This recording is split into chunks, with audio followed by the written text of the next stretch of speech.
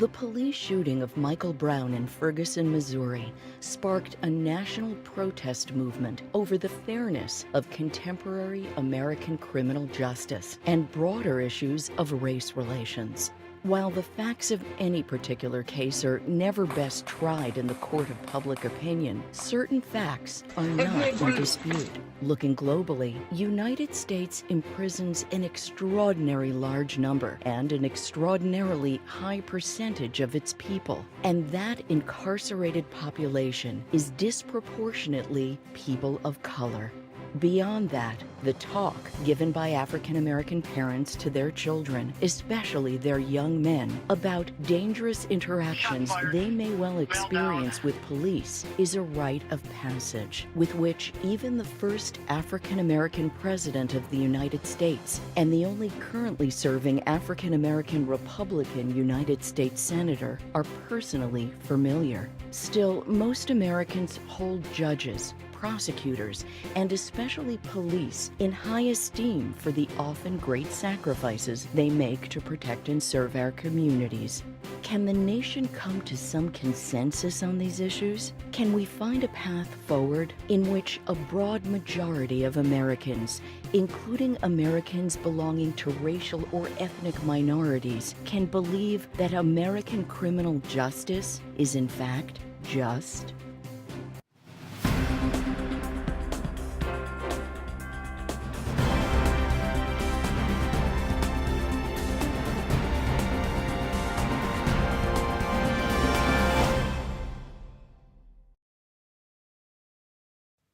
This episode of The Whole Truth was made possible by the Millspring Foundation, the Doran Family Foundation, Amatec, and by For hundreds of years in English-speaking courtrooms around the world, people have sworn an oath to tell not only the truth, but rather the whole truth. The oath reflects the wisdom that failing to tell all of a story can be as effective as lying if your goal is to make the facts support your point of view. In the courtroom, the search for truth also relies on advocates advancing firm, contradictory arguments and doing so with decorum. All of these apply to the court of public opinion, what John Stuart Mill called the marketplace of ideas. This series is a place in which the competing voices on the most important issues of our time are challenged and set into meaningful context so that viewers like you can decide for themselves the whole truth. Black lives matter. All lives matter. Are the American flag and the national anthem to be treated as symbols of a land of freedom and equal justice under law, or to be protested as symbols of a land of institutional racism? In the last several years, these slogans and counter-slogans, points and counterpoints, have neared the top of the list of deeply divisive social and cultural issues in our country. On today's episode of The Whole Truth, we take up the question of the fundamental justice of the American criminal justice system. We want to explore facts behind the political debates over criminal justice and various perspectives on ways to move the system both to a deeper reality and a broader perception of living up to the principles on which we all agree it should be based. Joining us here today for this discussion are Tara Setmayer, a political contributor for ABC News and former GOP communications director on Capitol Hill, Paul Butler, a professor at the Georgetown University Law Center and Harvard Law School and author of Chokehold, Policing Black Men, and Rick Jones, president of the National Association of Criminal Defense Lawyers, and executive director and founding member of the Neighborhood Defender Service of Harlem. We have a pretty broad subject today. This is essentially the state of our criminal justice system. In recent years, with the ubiquity of video recording, America has seen police officers kill a substantial number of unarmed African Americans. These cases have given rise to protests, peaceful, violent, but giving rise above all to heated debates about the fairness of American policing in the criminal justice system. I'd like to start just posing a broad question for everybody on your view of the reality of a term that we have heard a great deal, institutional racism in American law enforcement. Rick, what would you say? Well, I think that is this a real term? it absolutely is a real term. Yeah. In terms of what we mean by reality. The fact is that our criminal justice system is racist, and the fact is that our criminal justice is racist intentionally so. I mean, I think that if you look at any aspect of our criminal justice system from the front end of policing and arrests and pretrial detention to the back end of charging and sentencing and collateral consequences, you will see racism and disparity at every turn and at every juncture in our criminal justice system. So the fact of racism exists, whether it's a national reality in terms of do Americans believe that it's racist, or do they embrace the idea that it's racist? I think that that's a different question. That's a different question. Now, would you now I'm going to ask each one in turn, but I'm kind of groping for a definition here. Would you define racism as the disparity? Yes. In other words, it's you just have different patterns. Yes. Different treatment of people. Absolutely right. And I mean, you can see it in a number of different ways over history. I mean, from earliest history in this country through today. I mean, you can see the disparity, and you can look at. I mean, whether it's differences in crack cocaine, whether it's differences in the way we prosecuted the war on drugs when it was related to crack, and the way we think about opioids now and the opioid addiction. Absolutely, there is an institutional, systemic, structural racism that exists in our criminal justice system, and it is meant to be that way. Meant to be that way. Paul. I was a prosecutor in the District of Columbia, and I represented the government in criminal court, and my work was putting black men in prison. If you go to criminal court in D.C., in New York, in L.A., you would think that white people don't commit crimes. You would think that white people don't use drugs, they don't steal, they don't get into fights. And we know that that's not the reality. But when we look at who's locked up, it's overwhelmingly people of color. Now look, I was a prosecutor. I work with police. I don't think the average cop is any more racist than the average law professor. The problem is not bad apple cops. The problem is the system is working the way it's supposed to. African-American men especially are targeted and set up to fail. So we're talking about a structural problem, which is what exactly. So both of you can appear to concur on that. Tara.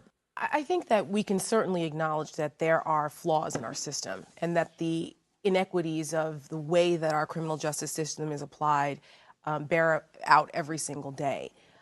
I think at this point, though, we need to be focused more on how do we effectuate change in those systems, because continuing to acknowledge the problem without making change is moot. So I think that a lot of people, including conservatives, it's become a bipartisan acknowledgement that there needs to be criminal justice reform in this country based upon a number of factors, and the fact that there is disproportionate punishment is one of those areas that I think people can no longer ignore. Well, and I would say also as a citizen, one of the things that amazes me about this is it feels like we've been living with this problem my entire life.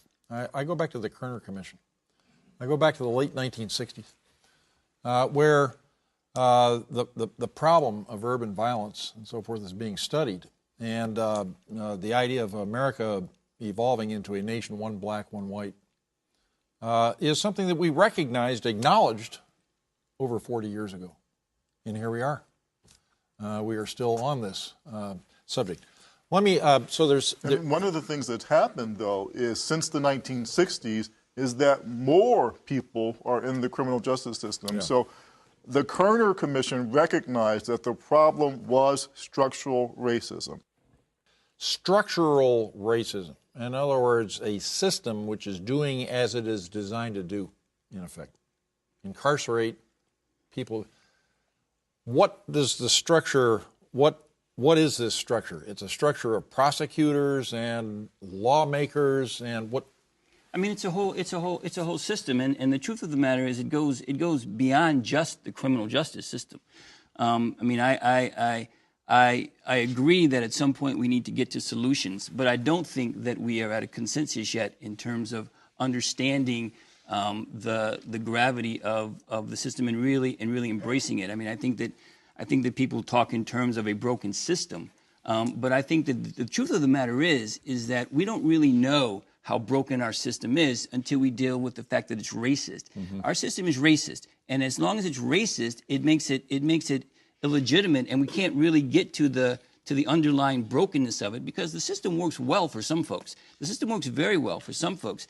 So I think that we need to get to solutions, but we also need to come to some agreement, and we're not there in terms of the fact that the system really is structurally racist. I think people will talk in terms of disparity, but not really. Good. Not now, really racism. I understand what that word means, racist. What I think that maybe people don't understand fully is what the experience is. In other words, that's a word. It describes a system. We understand when we hear the word, we know that we're in a political argument, that there are going to be people who are pushing for fundamental changes and so forth. That's what the word says. What I think that might be missing in what the Ferguson and other events that have happened recently is they're shining a light on the actual experience that people have. What is the experience of institutional racism? You've written about that in Chokehold.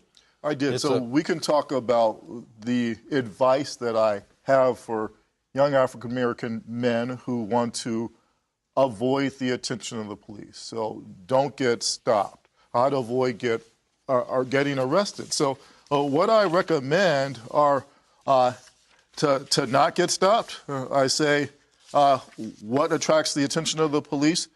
3 or more black men in a car. A black man in a late or new model car, black men in a group laughing too loudly. Eric Garner selling a single tobacco cigarette and he gets locked up and killed. That's oversimplifying what happened with the Eric Garner case. I don't really want to relitigate that, but other than the fact that, I mean, he did have a record. He'd been arrested over 30 times. People were familiar with him. He resisted arrest. Business owners. You must not have seen the video that I saw the video. I come from a really? law enforcement family. My husband's a federal law enforcement officer. My grandfather was captain of the police department in my hometown. I have done ride-alongs. I've been in citizens police academies. I try to bring a balanced perspective from what happens with police. So you and know stuff. the chokeholds are against NYPD policy. Yes, they are, and that's why but there was a black streets. sergeant on scene there. There was a lot the overwhelming exculpatory evidence that was heard by the jury. It comes into play with this. So whether it was against policy and rises of criminality or different things. If you talk about civil liberties, the country that African American men live in is not a free country. That's what attracts the attention of the police to us. If you look at the Ferguson report, that's the Department of Justice's report about what was going on in Ferguson. Every time the Ferguson police used a dog, they used it against an African American person. There was a woman who called the police in Ferguson because her boyfriend was beating her up. By the time the cops got there, he was gone. Cops look around the house, say, does he live here? She says, yes, he does. Cops say, you're under arrest for occupancy permit violation. When that happened to another woman in Ferguson, she said she would never call the police again. She didn't care if she was being killed. So we can give it a fancy name like structural racism, but the fact is every time the Department of Justice looks closely at a police department, it finds that these kinds of things happen to black people and Latino people as policy. I would push back on that a little bit. There are instances where, yes, there are deficiencies in policing. There's also, we have to look at it in context and proportionality. Also, those things that happened in Ferguson, those are breakdowns in policing, poor training, not having enough minority police officers that reflect the community there, which is another issue that can help with understanding the dynamics of certain communities and policing them. But also in Ferguson, there was another breakdown in the city had a quota. So They had a quota for, there was another part of that report that talked about black drivers getting pulled over more often for minor infractions. When you put that in place, that's a municipality issue. That has nothing to do with black or white. What do you mean a quota? So like they expect, like here in Washington, D.C., they expect a certain amount of revenue from parking tickets. Got it. The same thing in Ferguson. The town has a budget. They expect a certain amount of revenue to come in from certain violations. And because the city was overwhelmingly African American, they're caught up in those sweeps, and that's not right, and that is something that was being changed. But you have to have context with this. I don't think that racism is always what's at play here. We can't ignore individual behavior. We can't ignore criminality. Those are more difficult conversations and what's at the root of those. But that plays a factor also. There is a certain amount of community and individual responsibility that goes into the outcomes that happen with interactions with police, whether it's black or white. One of the things I want to think about is individual responsibility and what that means. Because a lot of folks say, well, if black men would just pull up their pants, they wouldn't have to worry about being stopped and frisked by or shot by the cops. So there is this narrative that the problem is really young black men. And when we think about the reasons that African Americans are disproportionately at risk for certain kinds of street crime, the community, the government is willing to invest millions of dollars in African American communities. In Harlem, in the Bronx, there are $1 million blocks, which means that on that one block, that's how much money the government is spending to lock up people. What if we spent that money on job training, on better schools, on health care? So again, it's not like we don't want to spend money on black boys. We do. It's just we want to devote that money to locking folks up. 1963, 1964, this is a civil rights era. We had the matter of what restaurant you can enter, or whether you can use facilities, or whatever. This becomes a question of equal access to public accommodations. It becomes equal access to public education. That was the civil rights question of the early 1960s. Today, perhaps, this comes down to the exercise of police power. That is how criminal laws, which mean the same thing in every language, are administered in local communities. Our response in the 1960s was to nationalize segregation practices, to nationalize them and to eliminate segregation practices. Do we need a national response to this? Could you see a national police force? Could you see national standards? I think national standards for training, for qualifications, and chokehold, I recommend that half of police officers be female. Women officers are much less likely to use violence, and they're just as good at working out disputes, but they don't lock up as many people. They don't beat up as many people. Now, local jurisdictions aren't going to do that on their own. In other words, that would be a sort of a national drive. They need pressure from the federal government that, working on the Hill, that there's a lot of budgetary things that Congress or the president could do to make police departments be more responsive to the communities that they serve. So I think there are important kinds of reforms to think about. At the end of the day, if we're talking about structural racism, we need to talk about transformation. We didn't think about reforming slavery. We talked about abolishing it. We didn't think about reforming the old Jim Crow. We talked about abolishing it. I think we need to think about abolition. What that means sounds radical. The idea in chokehold is abolition of prison. To what extent is this a communications problem? And I would sort of phrase it this way. Do Americans, in your opinion, who are not living with this problem, in other words, you're describing a different experience. In other words, minority experience, Americans as a whole, do they just simply not understand this? Is there a lack of empathy? I think that there's a... I'd like to think that people presented with the problem, understanding it fully, would I think it has to do with it based on experience. I mean, people react to things based on what they experience personally. So there will be a divide there. And, what happens in Chicago and in Baltimore is a very different experience than, in the suburbs of Washington or New York City. And a lot of that has to do with socioeconomics and a lot of other factors that contribute to those experiences and interactions. But the idea of federalizing things, I'm very reticent to go that route because community policing and tailoring things to what works in your area, I still think is the way to go, because there are certain national standards for training on certain things I think are fine. And when you're talking about civil rights things, yes, those are things that can be applied no matter what. You saw changes were made with Tennessee versus Garner and use of force policy. I mean, before 1985, many departments didn't even have written use of force policies. That changed. That was something that became a national thing. But community, I think keeping it local is the best way to make changes. I mean, for example, in New Haven, Connecticut, they, in their police academy with their recruits, they've decided to incorporate community service with their recruits. They have to perform 40 hours because this way they have interaction with the community that they're expected to police before they're out on the street and in field training. So, and that has made an exponential difference in the relationships with the police officers and the people in the neighborhoods and the communities they police. They recognized that that was something that needed to be changed to help with that, because there was problems with people being suspicious of the police and negative impressions. That has made a huge difference. And that's just one small example of where local police departments can make a change. I just want to pick up on a thread that each of them raised that I think that we should inject into this conversation. And that is, one is, I was having a conversation with the chief of police in East Palo Alto, California, who had grown up in the police system, and he said that when he became the chief, he looked at things through a different lens and from a different perspective, and he realized that his force was policing the community from a place of fear.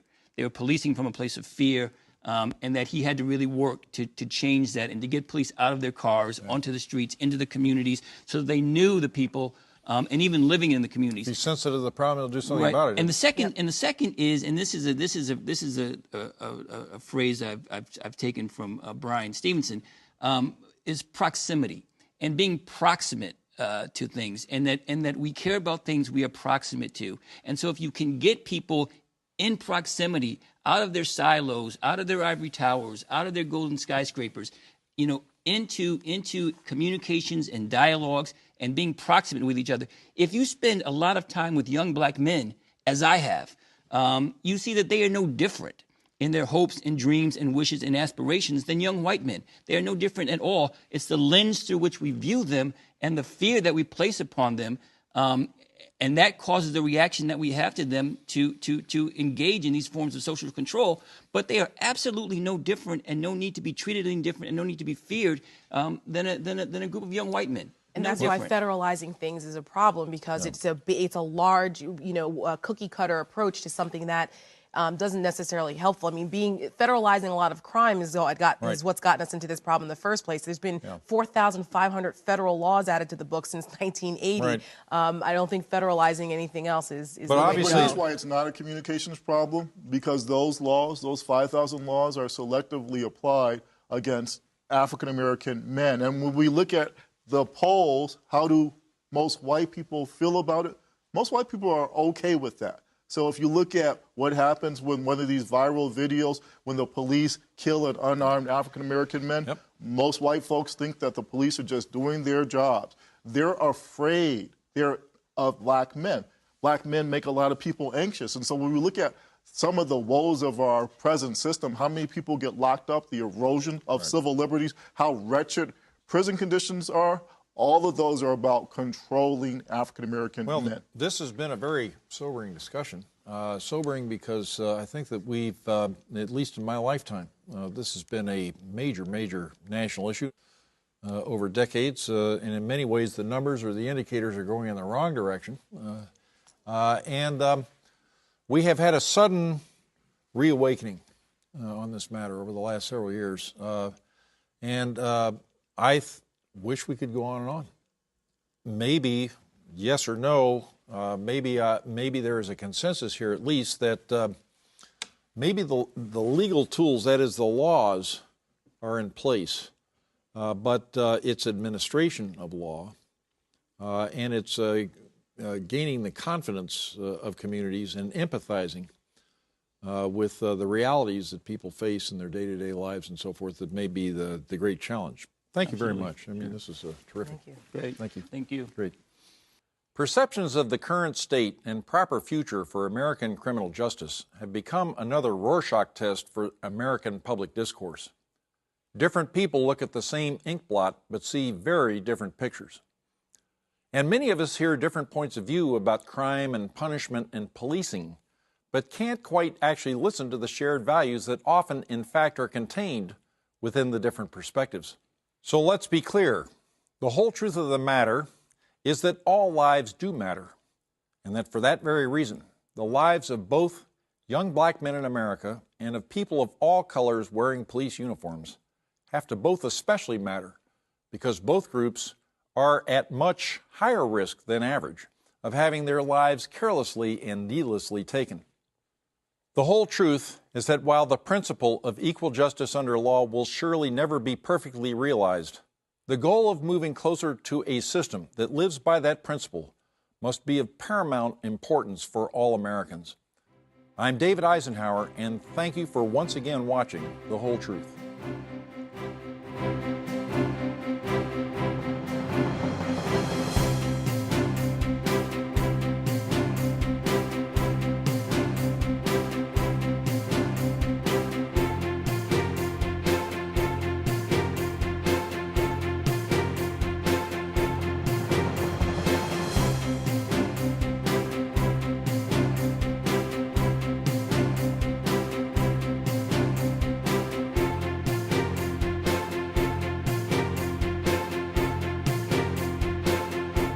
This episode of The Whole Truth was made possible by the Millspring Foundation, the Doran Family Foundation, Amatec, and